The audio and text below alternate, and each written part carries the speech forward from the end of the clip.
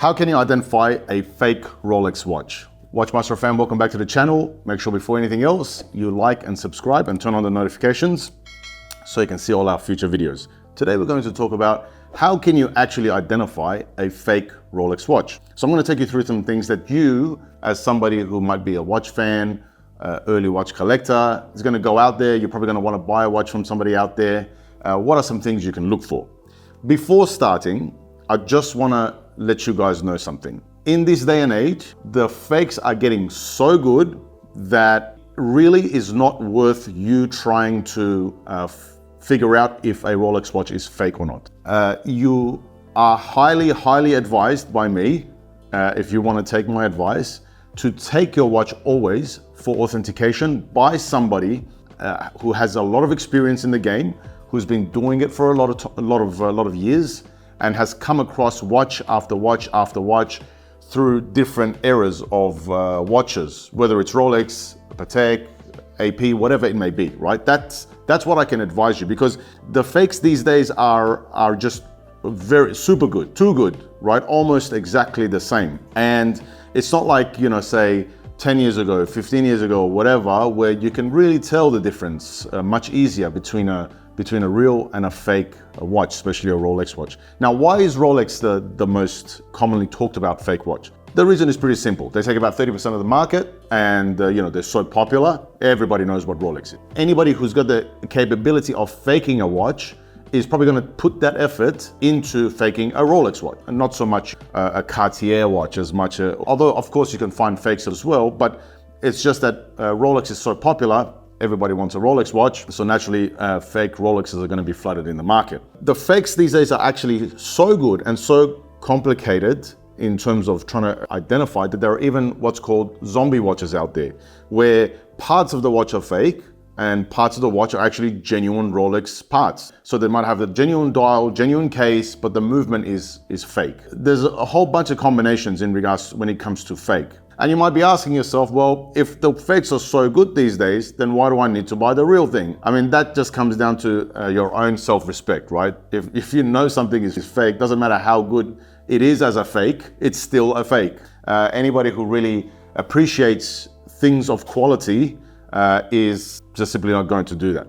It's not going to put a fake watch on their wrist. So that is a topic of conversation for a whole nother episode. Let's get into some things you can identify when it comes to looking at a fake watch. Let's just say you just want to get started and you don't want to take my advice of taking a watch to get authenticated by somebody official. Let's go through what are some things you can look at. Let's play through a scenario. So I've got here with me a Rolex Submariner Black. It's one of the most popular watches in the world, and it's also one of the most commonly faked watches, counterfeited watches in the world. So what are some things that I would look for if I was to go out and buy this watch? First of all, I don't know if you guys have heard the saying or not, you want to buy the owner. You want to buy the person, not the watch. Typically speaking, in this scenario, obviously, we're talking about buying from an end user, somebody out there that you found on Craigslist, that you found on Facebook Marketplace, that you found anywhere, and they have it, it's at their house, and they want to sell this watch.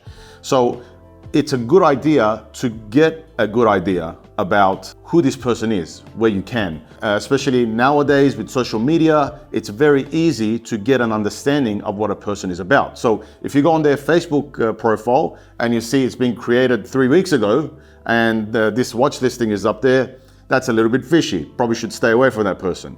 If you go on their Facebook profile or Instagram profile and you can see that there is a life behind this person, there's things going on, maybe they even look like they've had a couple of watches in the past, okay, that's a good sign, right? And as you speak to this person and find out about them, ask questions about them, about the watch, where they live, what they do, and if things match up between what they say and their social media profile, then that's also a good sign, right? So you always want to get a good sense, a good feeling about the person you're buying the watch from. Firstly, before anything else. Now, let's say that test has been passed, right? You've talked to the person and it looks like they're the real deal. They come across as a genuine person. A lot of the things that they say matches, checks out, doesn't sound fishy, and so on. You have to keep in mind that somebody who is honest could honestly not know that the watch that they're selling you is fake. They could have bought a fake watch and they just, even till today, don't know. So what's sort of the next step? What's the next thing you would look at? By the way, this whole scenario is based on being armed with just a loop and nothing else, okay?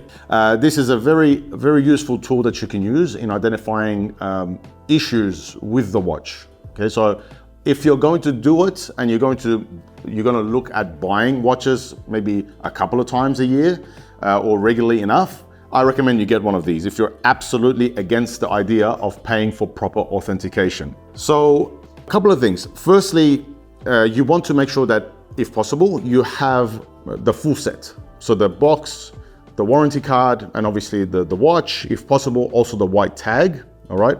And you want to make sure that they all match. So I don't have the card for this or the white tag for this with me at the moment, but you can see the serial number on the watch, on the card, and on the white tag.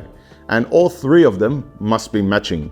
If a watch is like, say, 2 years old and it doesn't have the card, that should be a red flag, because why does a watch that is relatively new not have its you know, if the box was missing, no problem. Some people discard it, they don't really care about it, whatever. But something like the card is very important. But in this day and age, again, with the fakes, the cards can even be counterfeited quite easily. But obviously, it's a multiple point checklist, right? We're not just looking for one thing and then like that's enough for us to say that this thing is real. We're looking for 1, 2, 3, 4, many different things have to check out. And the more things check out, the more likely it is that you're on the right track. So you would have the card would have the serial number on there. You would maybe have the white tag. By the way, not every watch is going to have the white tag, especially if they're now, you know, a year, 2 years or whatever old. Not everybody holds it. So that's fine. That's nothing to be alarmed about. But certainly at least the card must be there. It's preferred that it's there. So on a Rolex watch, on this one, on the Submariner, the serial number is at the 6 o'clock position. If you have a look, you don't even need this, you can see it. So for example, this one, I won't read it out loud. I can see it out there, ends in 021. So that must also match what's on the card. If you can't see it, you can use a loop and you can make it out very easily, and you can see that it's all there. You match the serial number with what's on the card and you're good to go if that matches. So that passes the first test. The second test is on Rolex watches after about 2007 from memory, at the 6 o'clock position, there is a laser engraving of the Rolex crown. You cannot see it with the naked eye really. You need one of these, and you need to be in the right light. So at a particular angle, like right now I can see it, at a particular angle right down where the 6 o'clock position is, you can see a very small Rolex crown etched there. So that's another thing that you can look at. But just keep in mind, it has to be at the right angle, in the right light, and it also has to be post 2007 Rolex. Now, if it's not there, that does not mean that the watch is not genuine. It just means that the sapphire, the crystal, is not genuine. It could have been replaced with an aftermarket part. But even if that's the case and the rest of the watch is genuine, still you should be getting, for example, a discount, right? It shouldn't be sold full price, right? Because it's an aftermarket part. So that's how you know that. The other one that can be a dead giveaway is the font and the placement of the font or the numbers on the date window. So the Cyclops on a Rolex is 2.5 times magnification. You'll have a look at some of the Cyclops magnifications you'll see is off. It's either too big or too small, or sometimes they don't even have like a Cyclops there, right? It is important to note that you need to also be aware of what kind of watch you're getting. So certain sea dwellers from memory, before a particular year, did not have the Cyclops, and then after a particular year of production, have the Cyclops. You got to know what is the model number that you want to purchase. You got to know it inside out. Before you go to purchase it, Google it, research it, understand what kind of things is different about the particular model reference number that you're going for, so you know exactly what to look for, right? The other thing is, as I was mentioning before, the actual numbers. So if you have a look, again, under the loop, you'll see that the numbers are exactly symmetrical. So the the space from the left of the number to the cutoff of the aperture window and the space from the right of the number to the cutoff to the aperture window is exactly the same. It's the same spacing, like it's not too much off center one way or another. In fact, that's one of the dead giveaways of a fake watch. You will see imperfections, whereas Rolex will not have imperfections. Everything that they do is exactly correct. The font is correct. When the font is printed, there's no bleeding of the font onto the watch dial anywhere else. Everything is exactly perfect. So when you have a look again with the loop, you'll see how the R, the O, the L, E, X, how all of those are printed out. And also, especially on the newer watches, you will see again in the correct light that it's a little bit sort of, it's not flat. It raises up a little bit. There's a little bit of a luster to it. The other thing you need to watch out for as well, depending on the age or the era of the Rolex you're looking at, is the shape of the Rolex crown. Over the years, both the font, but certainly the shape of the crown have slightly changed. And to go along with that, it's important to keep in mind that if you're buying something that's a little bit more vintage, it's more likely that it's not a fake. Because if you think about it, nobody today that is going to make a fake watch is going to make a fake old watch, a fake vintage watch, because the market is in the newer watches. So if you're looking for something that's a little bit more vintage, 80s, 70s, maybe even earlier 90s or into the 90s, is a much better chance that you're not getting a fake. But that doesn't mean you should not do any checks at all, right? So the perfection on the font is very important. The spacing between the letters have to be uniform. The letters don't bleed into each other. The color of that's used on the font doesn't bleed out. Everything is exactly perfect on the dial. Even the markers, the hour markers, if you have a look at them closely, you'll see that placed at exactly the right position in regards to where the markings are supposed to be. In relation to that, on especially the ceramic bezels, on the newer sport models that have the ceramic bezel, if you have a look closely with the loop, you'll see that on a genuine Rolex, there is no bleeding or any imperfections inside the printing of these numbers and these markings on the bezel. On fake Rolexes, you will see imperfections there. You'll see maybe, you won't see it so easily with the naked eye. You will need one of these. You'll see little patches, little missing spots, dark spots, right? Something that might be off. It's not perfect, but on a real Rolex, it's perfect. It's exact. Nothing is leaking outside of the edges. There's no ink missing on the inside. There are no problems. There's no issues. But with a fake model, you will see some imperfections. The other thing you need to maybe test is the crown itself. So when you unscrew it, it has to feel right. And when you turn it to wind it, it's nice and smooth, it's clicky. It's not like grindy, there's no skips, right? You can listen to it and you can hear that it's winding correctly. And then for each of the different positions, so for the change of time, for the change of date, it pops right and it pops back in correctly and there's a particular sound. So that's something else that you can look out for when it comes to identifying a fake watch, especially a fake Submariner. Any other, like the back of the watch, the case back is always on a Rolex. There is nothing there. It's always, so there should be nothing there.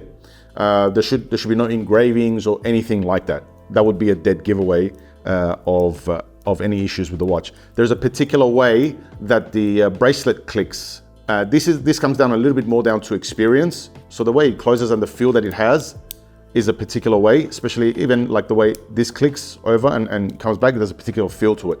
So those are some of the main things that you can look out for. There is another way that you can check for authenticity of the watch. So if you have the card, especially the newer cards, on more recent models, they have an NFC tag inside them. So if you place the card on the table and then put your phone, which, you know, these days modern phones have NFC tags. If you put your phone on the card, the NFC tags will communicate and your phone should load up with a website, with the Rolex website. Keep in mind, even that's also easy to fake. But like I was saying at the start of the video, you're not looking for just one thing and then be done with it. You're looking for multiple checklists. If all of the things I just mentioned right now, for example, check out, is a higher and higher chance that you're dealing with the real thing, right? One other thing, especially when it comes to Submariners, is the feel of the turn of the dial. So the turn, I don't know if you guys can hear it, has a particular sound and also a particular feel. It feels really nice, actually. Whereas with the fake ones, it can be a little bit too smooth. It doesn't have that click as it turns, or it can be a little bit too hard.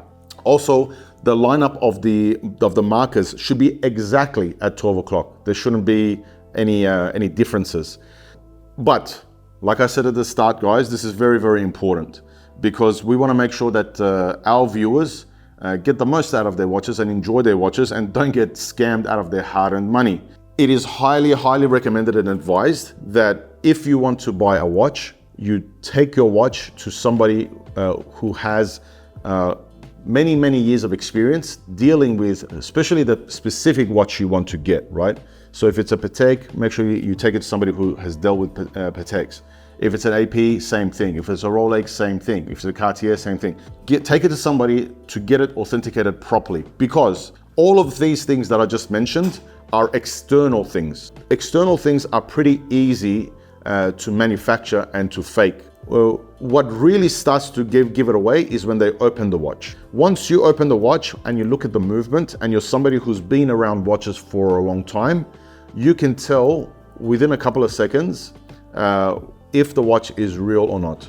We have had watches come to us where the outside looks almost exactly the same as the real deal. Maybe one or two things are off, but we've opened it up and inside might be a screw that's just too big for what it should be, right? Something that's not the right shape for what it should be.